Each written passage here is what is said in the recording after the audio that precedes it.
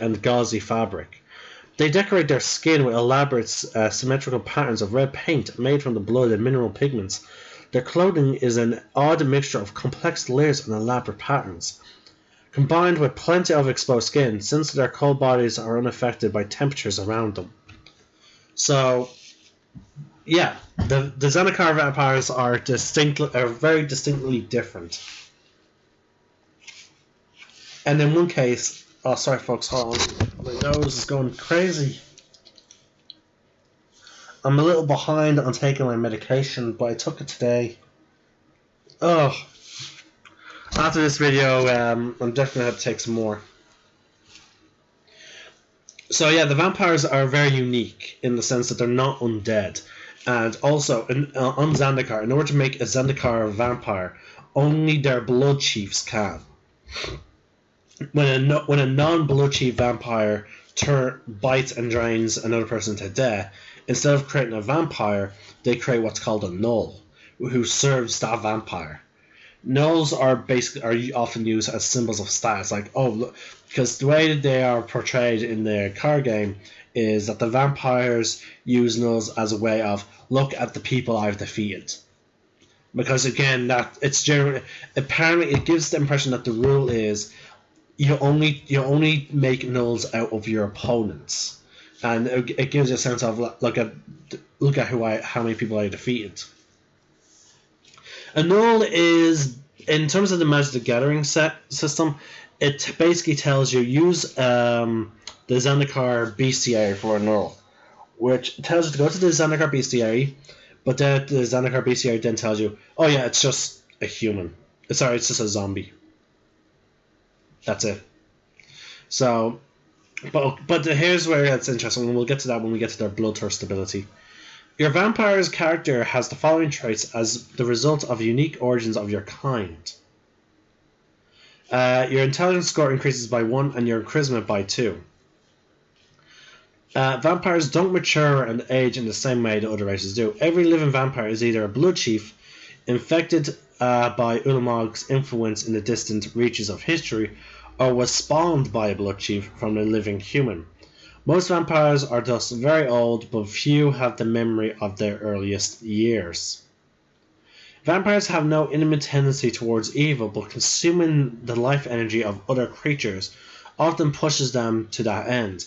Regardless of their moral bent, the strict hierarchies of their blood chiefs inclines them towards a lawful alignment. So, I love how it even stipulates there that they're not evil, but they sometimes do get pushed towards evil because technically they need to, even if it's only to sustain them, they will feed on others, which again is very interesting because they may only do it out of necessity, not as in like it's only done out of self-preservation, not enjoyment, which is still very interesting. Now your size is medium, that rarely ever changes, folks.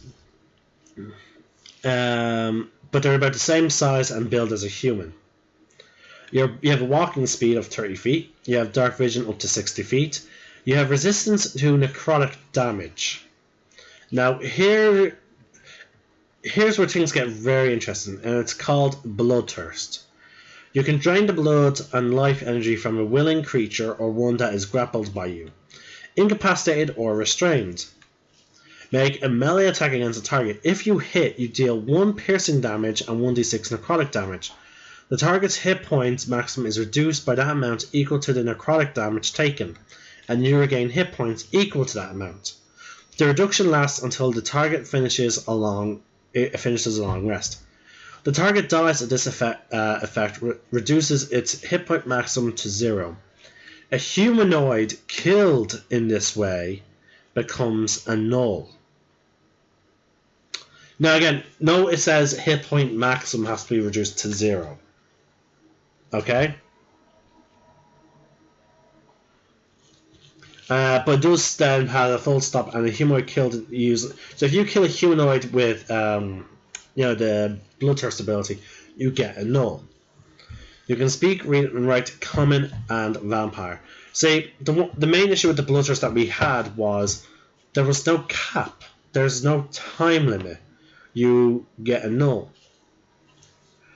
Now, zombies are not technically are not that powerful late game, so you're not going to get. Let's just put my ear. So you're not going to get like a whole army of them that will make you unbeatable, you know, because generally once you reach those high end levels, one fireball spell, goodbye to most of your vampires. Goodbye to most of your zombies. It's just that it's still very interesting that if you kill a person with bloodthirst, you get a null for as long as you want. Now, nulls are horrendous looking. It's the way they're described. So it's not so much that, like, yeah, you have a null, but you can't always walk around with them because it's a zombie. And not even any type of zombie. To put it as plainly as I can, they look like the creature they look like the Demogorgon from Stranger Things. That's what they look like. That creature is not going to walk around, you know, and not be hassled. It's either going to be hassled by law enforcement or just other people in general. Like, it's you can't just get away with walking around about one, let alone several. So I imagine nulls are often more, for a player, they'll often be more left at the hub, or they'll be used temporarily until they outlive their usefulness, and then the players will probably then get rid of it. We have two more races, folks. We have the elves and we have the goblins. Okay. Goblins are the inquisitive and adaptable race hampered by their small size and their natural cowardice and severe shortage of common sense. They eagerly explore areas that others hesitate to enter and obsessively fiddle with magic, and more sensible folk would take careful precautions with. They prize the ancient artifacts not for their inherent value, but primarily as a mark of status. For a precious trophy proves that its owner survived and delved into a deep and dangerous ruin. Goblins are associated with red mana. Their shamans are fond of spells that create and control fire and lightning to smite their foes, and are quick to follow their impulses and passions into action without much forethought. Life to a goblin is an adventure, full of all new things and to explore and to experience. Oh, my throat's getting a bit sore. A typical goblin stands between 3.5 and 5 feet tall, with slender, elongated build. Goblins' arms are unusually long and spindly, making them adept at climbing cliffs and trees. Their skin has a stony texture, ranging in colour from red-brown to moss green or grey. Their ears are large and swept back, their eyes are intensely red, and many sport heavy bone protrusions on their spines. On their spines or elbows, sorry. Males have similar growths jutting from their chins, which females have heavier growths on their foreheads. This distinctive appearance is a direct result of the goblins' unusual diet. Before the Eldrazi rise, goblins supplemented their normal diet with a kind of rock they pounded into bits called grit. The presence of the Eldrazi in Zendikar has poisoned this rock, so the goblins have taken to eating powdered hadrons instead. Eating this magic-infused stone has given the goblins resistance to the maddening psychic emanations of the Eldrazi.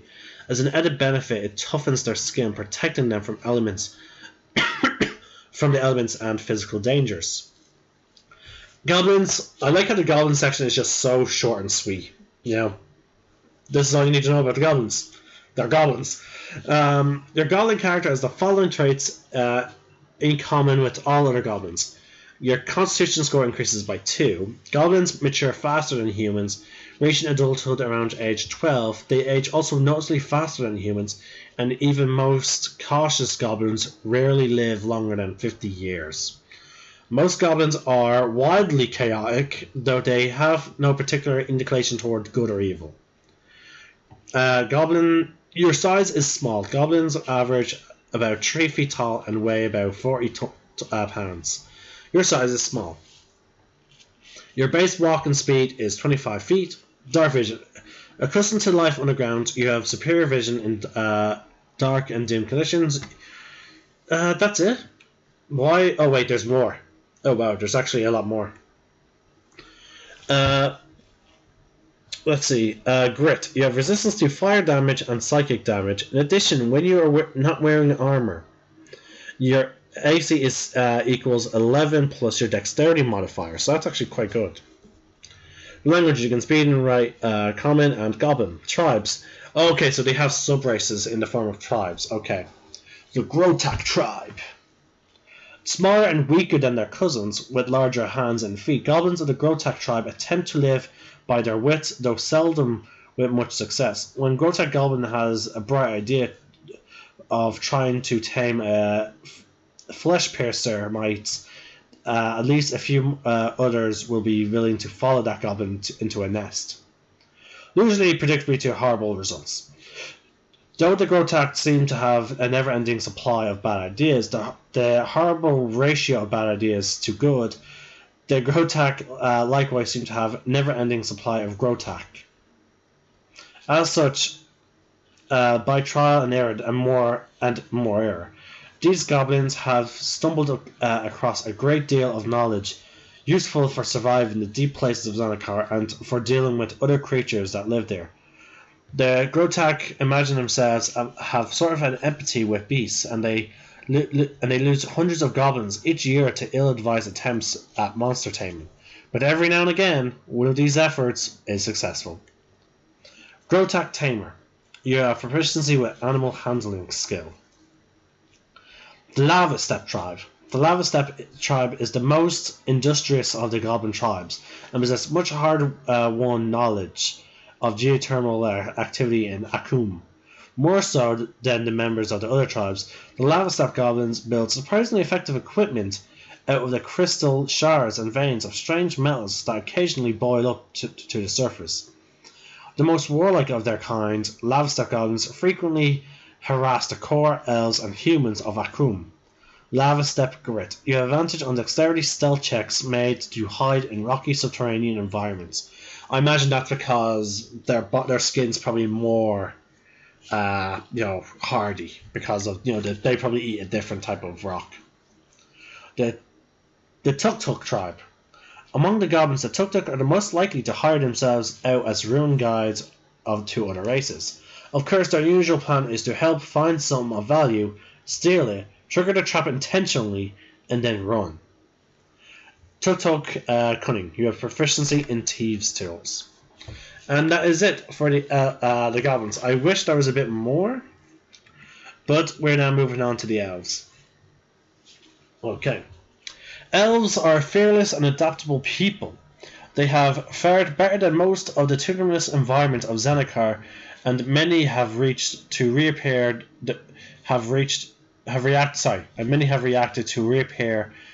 of the Eldrazi with resilience and courage. They remain the most prevalent race on Mermusa and have a strong presence in other regions as well.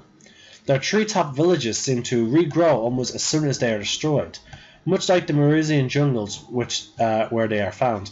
So basically they made most of their homes in trees that have a strange sense of rapid growth. So their homes tend to be very difficult to get rid of. Elves are strongly associated with green mana, the magic that flows through their forest homes.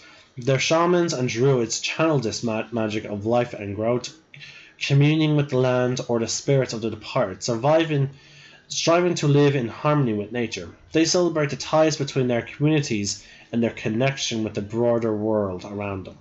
So, okay, this gives me a sense that the elves of Zendikar can lean towards green and the black, so green-black.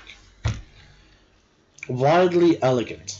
Elves are as well as tall as humans, but are more slender. Their legs are long, and their pointed ears sweep back from their heads.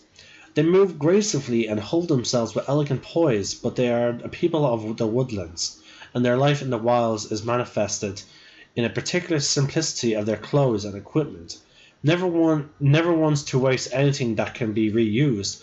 Elves stitch torn garments together into new ones, and transform broken sword blades into useful gear. They prefer leather for protection rather than metal, which they use to craft swords, spears, arrowheads, and climbing hooks. So they rather use the metal for tools rather than armor. The elves of Zendikar have much in common with the elves of other worlds. Your elf character has the following traits. Your wisdom score increases by 2. And it has the usual age situation.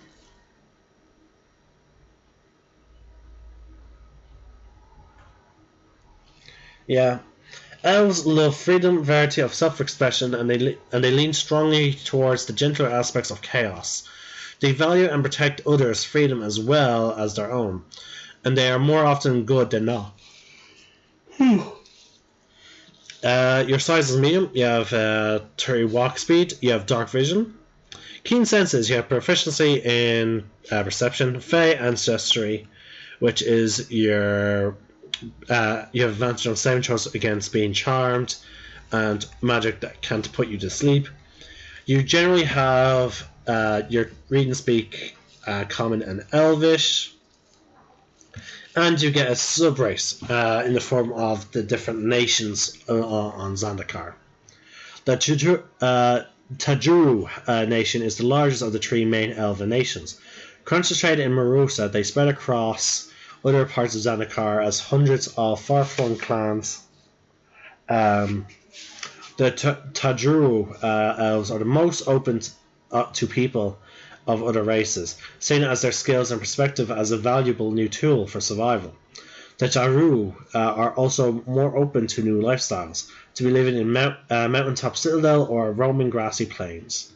And you get a charisma ability score increase of 1, and you get proficiency in any combination of 2 skills or tools of your choice.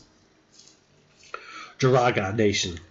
The elves of the Imperious Jaraga Nation of Balagid have little respect for the other races of Zendikar, or even for other elves. The survival of their nation and its traditions is the Joraga's elves' only goal, and they view the influence of others as a weakness. The Joraga eschew the goods and habits of others, even avoiding the pathways blazed by the Tajuru when possible. Many view the nomadic Joraga clans as little more than bands of roving murderers, but a complex culture hides behind these clans' aggressive exterior. You have a dexterity score increase of +1, and you get elf weapon training. You have proficiency with longsword, shortsword, shortbow, and longbow. You get fleet of foot, which increases your walking speed to 35 feet, and you have Mask of the Wild. So they're basically the Wood Elves. And the Muladala Nation are basically... yeah, they're basically the Dark Elves. The Elves of the Mudaya Nation of Balagid are set apart from the other elves by their relationship with the spirits of their elven ancestors. To the Mulda, the spirit world and the mortal realm are different only in terms to their tangibility. Death and the spirits of the dead are as much a part of the lives of the Mulda as is the natural world. And this is not a macabre sentiment to the elves. They simply view it as the truest sense of the natural order. Muldaha elves can often be recognized by their face painting and tattooing. Many do decorate their skins with the enwrapping vine motif, and they make use of poisons and acids collected at great cost from strange creatures and plants in the depths of Khazadu. Your strength score increases by 1. You have superior dark vision. You have sunlight sensitivity, which means you have disadvantage on perception checks, and also when you attack a target when you're in direct sunlight, you have disadvantage as well. But you do get cool magic. You have you get the Chill Touch cantrip, and when you reach level 3, you can cast the Hex spell once using this trait, and you regain the ability to do so when you finish a long rest. And when you reach level 5, you can cast a darkness spell once using this trait, and you regain the ability at a long rest. And the wisdom is your casting modifier for these spells. And you get elf weapon training in the form of longsword, short sword, short bow, and longbow. And that is it, folks. I will probably do... No, actually, home.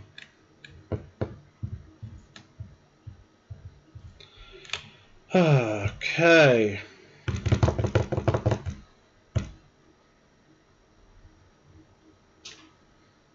I'm thinking, should I cover the bestiary? The bestiary is quite extensive.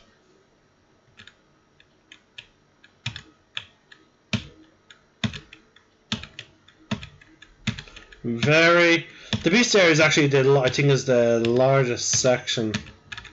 Yeah, it's one of the largest sections. Alright, folks. It looks like there's going to be 2 parts to these videos. The residence and sort of general knowledge of the plane, and then the bestiary.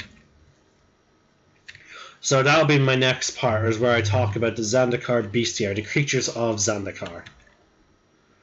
And hopefully I'll be going into that such detail about the other races. Yeah, that's what I should do.